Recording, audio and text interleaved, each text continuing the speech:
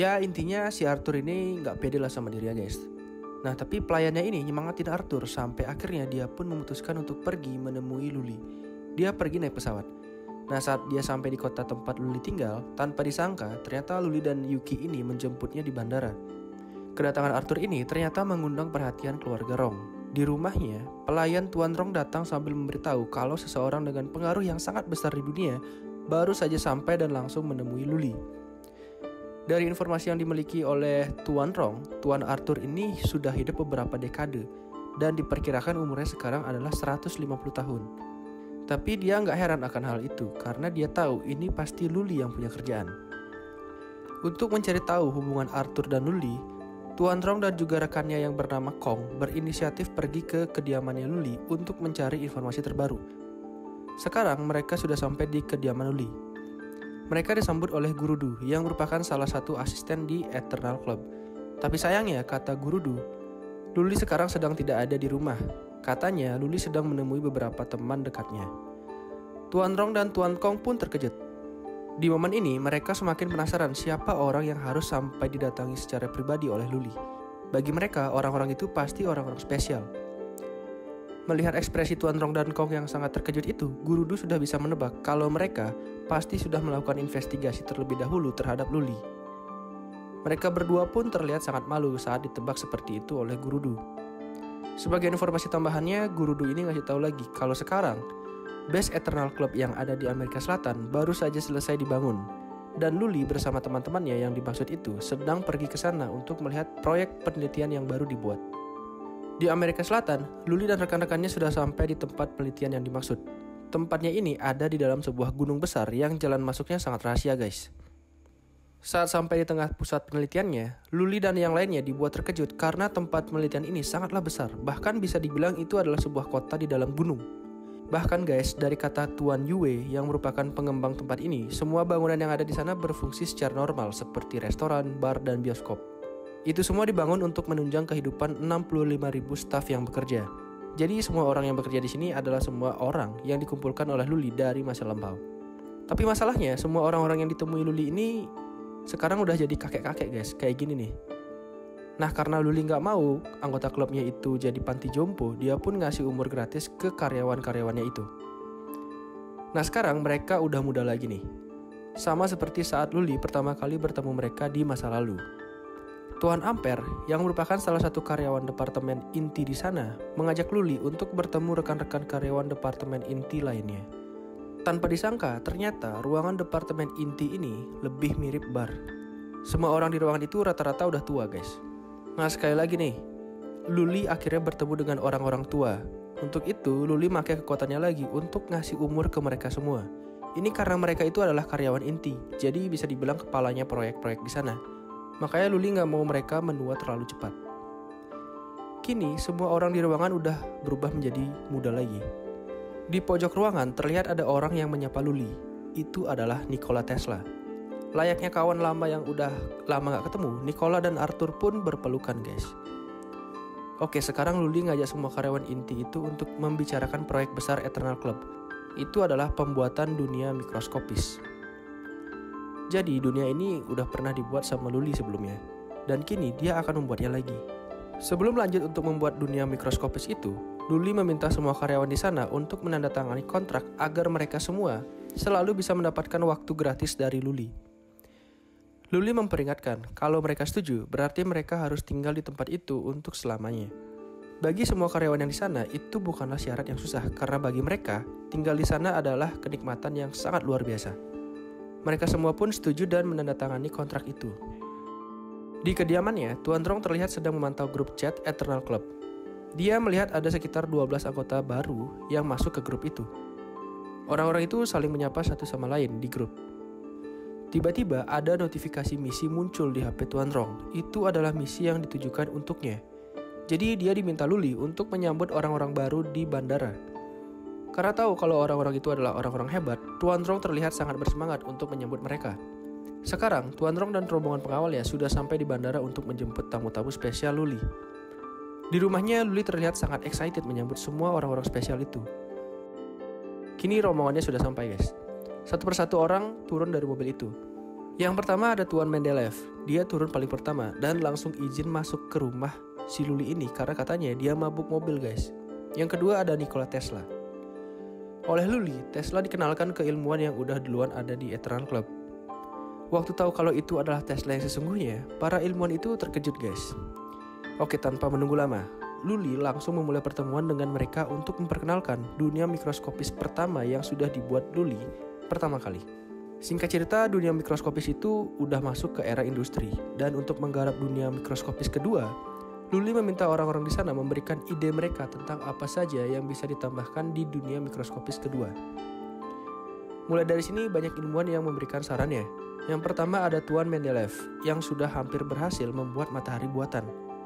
Ini sangat cocok di proyek dunia mikroskopis keduanya Luli, karena proyek ini akan membuat sebuah dunia beneran dengan besar yang sama seperti dunia yang ditempati manusia saat ini. Ini berbeda dengan proyek mikroskopis pertamanya yang cuma berukuran mini. Berikutnya ada Nikola Tesla yang mengusulkan ide transmisi energi nirkabel. Kalau ini bisa sampai berhasil, benda apapun di seluruh dunia bisa diisi energinya dari mana aja, guys. Jadi nggak perlu lagi tuh Pertamina atau tempat-tempat ngisi energi tertentu. Pada akhirnya, kalau semua ide-ide para ilmuwan ini berhasil, maka mereka semua akan bisa membuat bumi yang baru. Di sisi panggung, Luli terlihat sangat menikmati presentasi semua ilmuwannya itu. Dia berkata akan selalu mendukung setiap ide yang mereka berikan.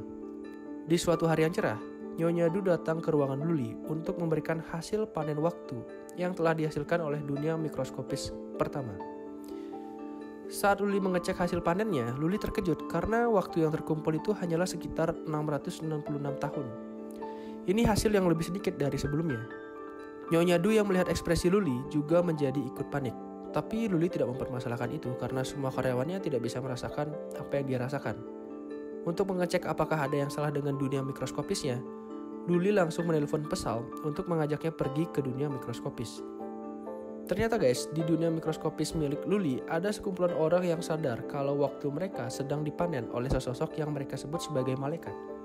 Ini adalah orang-orang itu. Sekarang di pusat kendali dunia mikroskopis 1, Luli sudah bertemu dengan Tang Zarui dan Nikola Tesla. Saat dijelaskan kondisinya oleh Luli, mereka berdua pun meminta maaf dan segera mencari solusi untuk masalah itu. Dari Tesla, dia mengatakan kalau Luli perlu membuat sebuah bencana besar untuk menciptakan rasa takut bagi manusia-manusia di dunia mikroskopis itu. Solusinya mungkin seperti banjir bandang dan semacamnya. Setelah mendengar itu, Luli setuju dan katanya dialah yang akan menjadi bencana itu sendiri. Luli berencana akan membuat teror yang tak pernah terbayangkan. Wah, bakal seru sih nih guys. Di dunia mikroskopis 1, seorang pemimpin dari kelompok pergerakan yang bernama Antipon sudah mulai mencuci otak semua warga di dunia itu. Dia mengajak para warga untuk tidak percaya pada dewa palsu yang selama ini mereka puja-puja. Layaknya SDM rendah negeri Konoha, manusia-manusia di sini pun juga sama. Mereka sangat mudah diperdaya dan dimanfaatkan. Di laboratoriumnya, Robert dan Luli terlihat sedang membuat versi 3D dari Luli untuk dikirim ke dunia mikroskopis 1. Dengan wujud itu, Luli akan melaksanakan terornya. Di dunia mikroskopis 1, Antipon atau pemimpin gerakan pemberontakan terlihat ingin membunuh seseorang yang dicurigai sebagai bawahan dari dewa palsu. Tapi saat dia ingin membunuh orang itu, tiba-tiba tsunami besar muncul dari arah laut. Dengan cepat si Antipon pun lari meninggalkan para pengikutnya. Dasar lemah emang nih orang, mulut doang yang gede. Untuk menyelamatkan diri, Antipon pergi ke atas menara, dan di saat itu juga, wujud Luli sebagai dewa muncul di hadapan Antipon. Boleh juga wujudnya si Luli ini guys, menurut kalian gimana? Melihat makhluk yang besar itu, si Antipon pun ketakutan. Di ruang kendali, Luli diperingatkan oleh karyawannya kalau tsunami yang diciptakan itu sudah memakan hampir setengah penduduk di dunia mikroskopis. Kalau Luli berjalan lebih jauh lagi, karyawannya itu takut kalau semua penduduknya akan mati. Kalau mereka semua mati, sia-sialah usaha mereka selama 2 tahun. Tapi sepertinya Luli udah habis kesabarannya guys. Dia gak bakal berhenti sampai dia ketemu sama pemberontaknya. Mendengar kata-kata Luli itu, Robert pun langsung sigap memberitahu lokasi si pemberontak itu. Oke, lokasinya sekarang udah ketemu. Tapi Luli ini bangkit juga guys. Dia bilang manusia itu kecil banget sampai dia gak bisa ngelihat katanya. Dan waktu dia coba ngomong sama targetnya, dia baru ingat kalau manusia di sana gak bisa ngerti bahasanya. Si Antipon yang merasa udah muak sama si dewa itu dengan berani mengatakan semua keluh kesahnya.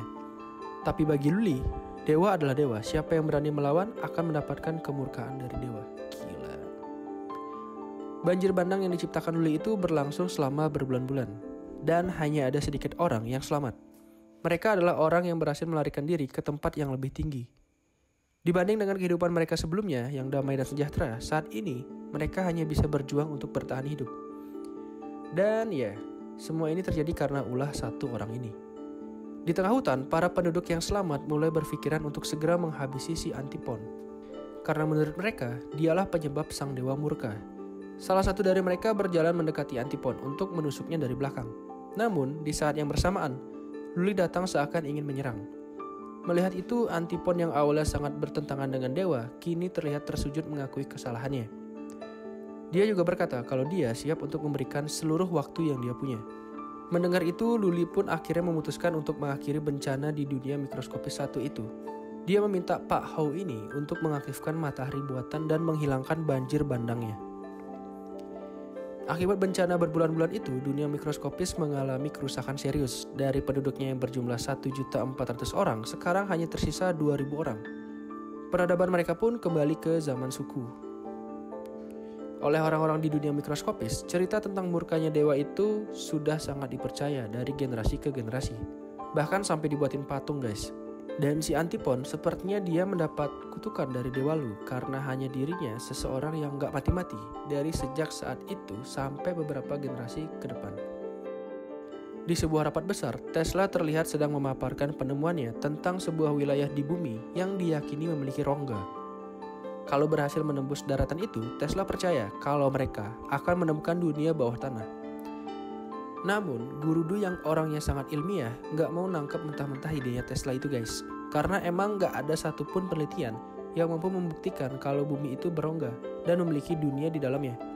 Bagi Gurudu, ide itu juga susah untuk direalisasikan karena sekarang hampir seluruh kekuatan Eternal Club sedang difokuskan untuk penciptaan dunia mikroskopis 2. Tapi si gila Tesla ini percaya banget sama teori yang dia bikin, guys. Katanya dia percaya 90% kalau di dalam bumi itu ada sebuah dunia bawah tanah. Luli yang kayaknya udah ketularan gila juga nih sama si Tesla. Dia berkata kalau dia setuju dan dengan ini dia akan membentuk sebuah komite khusus untuk penemuan dunia baru di dalam bumi. Orang-orang yang ditunjuk itu adalah Tesla, Ampere, dan Mendeleev. Mereka bertiga akan menjadi ketuanya. Jadi setelah rapat itu, Gurudu menghampiri Luli dan berkata kalau dia sudah mulai kewalahan untuk menghadapi para ilmuwan hebat itu.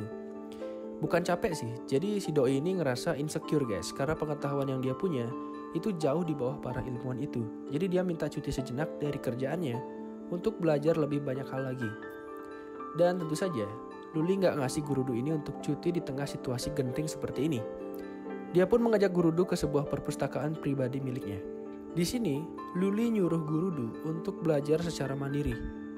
Dan untuk mempercepat prosesnya, Luli mempercepat waktu Gurudu menjadi 100.000 kali. Dengan ini, Gurudu akan bisa mempelajari banyak hal dengan sangat cepat. Di negara T, Luli terlihat sedang mengunjungi proyek dunia mikroskopis 2 yang sudah memasuki tahap permulaan. Ini adalah penampakan alam semestanya. Sekarang, dengan kekuatannya, Luli akan mempercepat perkembangan dunia itu menjadi 100 juta kali. Saat Luli mengeluarkan kekuatannya, alam semesta itu mulai menunjukkan pergejolakan. Para ilmuwan di sana kini mulai mengeluarkan wajah kekhawatiran. Setelah beberapa saat, inilah dunia mikroskopis 2 ciptaan Luli dan kawan-kawan. Jadi perbedaan dunia mikroskopis 1 dan 2 itu terletak pada pola kehidupan di dua dunia itu sendiri, guys. Kalau di dunia mikroskopis 1, semua bentuk kehidupannya itu bergantung pada perkembangan yang terjadi pada keseluruhan dunianya. Tapi di dunia mikroskopis 2, makhluk-makhluk yang ada di sana dapat berkembang sendiri-sendiri. Saat ini, dunia mikroskopis 2 baru mencapai zaman dinosaurus dan ukurannya pun masih seukuran debu. Bahkan dinosaurus yang ada itu muat masuk ke dalam tabung ini, guys. Karena cepatnya waktu yang diberikan Luli, hanya perlu beberapa saat saja dunia ini sudah memiliki manusia di dalamnya. Kini para manusia itu sudah mulai berevolusi. Berbeda dengan manusia di dunia mikroskopis 1, manusia di dunia mikroskopis 2 ini memiliki kemampuan sihir, karena mereka dapat berevolusi sendiri. Jadi tidak bergantung pada alam sekitarnya. Sebelum kembali ke ruangannya, Luli meminta Tesla untuk mengambilkannya tanah dari dunia itu untuk dia jadikan pajangan di ruangannya. Sesampainya di ruangan, Luli memberikan sampel tanah itu percepatan waktu 1000 kali lipat, yang mana ini lebih cepat dari proyek mikroskopis 2 miliknya. Beberapa hari kemudian dia mendapat info dari Yuki kalau Tesla dan teman-temannya sudah menemukan tanda-tanda kehidupan di bumi bagian dalam. Luli pun langsung terlihat sangat terkejut. Hal yang dia tidak sangka selama ini ternyata mampu memberikan secercah harapan. Luli pun menyuruh Yuki untuk menghubungi Psalm dan memintanya pergi ke daerah Changmu, di mana pintu masuk menuju dunia bawah tanah itu lebih mudah untuk digapai. Sebelum Psalm dan timnya melakukan penjelajahan ke Changmu, Tesla memberitahu beberapa kemungkinan yang akan terjadi di sana dan kemana saja mereka perlu pergi untuk mencari dunia bawah tanah itu. Sekarang Psalm dan timnya sudah sampai di lokasi. Pada percobaan pertama, Psalm menemukan ada lukisan di kedalaman ribuan kilometer di bawah tanah. Dan saat dicek oleh Robert, lukisan itu asli. Jadi bisa disimpulkan kalau memang benar ada kehidupan di dalam perut bumi. Tapi Tesla masih belum begitu yakin. Luli pun memutuskan untuk ikut masuk ke dalam untuk mencari tahu secara langsung siapa yang sudah membuat lukisan itu. Dan sekarang, Luli sudah sampai di depan lukisan itu.